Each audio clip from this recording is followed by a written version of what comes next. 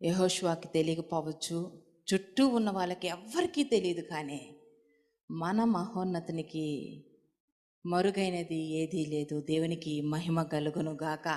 నీ అంతరంగంలో ఏమి జరుగుతుందో కూడా దేవుడు బయలుపరిచే దేవుడు.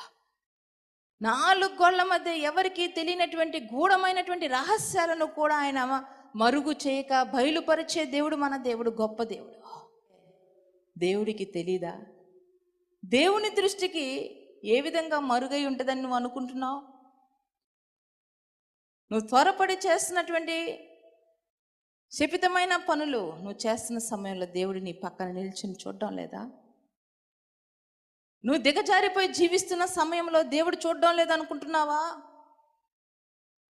ఆయన కనుదృష్టి లోకమంతా సంచారం చేస్తుంది. మనం భయపడవలసింది పక్కన వాళ్ళకో ఎదుటోళ్ళకో కాదు, మనము ప్రభువునకు భయపడాలి.